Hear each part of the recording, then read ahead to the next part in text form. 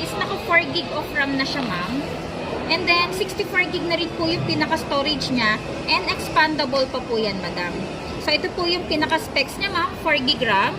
64 gig po yung memory. Expandable pa siya, ma'am, up to 1 tera, ma'am. Bali, 3 card slot din siya. Ibig sabihin po, dual SIM at the same time, pwede mo pa rin siyang lagyan ng memory card. Unlike po sa iba na hybrid po. Hybrid kasi, ma'am, pag nag-dual SIM ka, hindi mo na siya pwedeng i-expand yung storage niya, ma'am.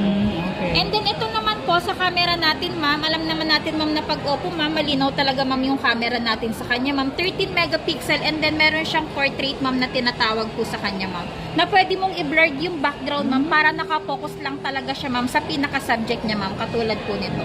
So, yung background niya, ma'am, naka-blurred, ma'am. Pinaka-subject lang talaga yung naka-focus, ma'am, sa kanya.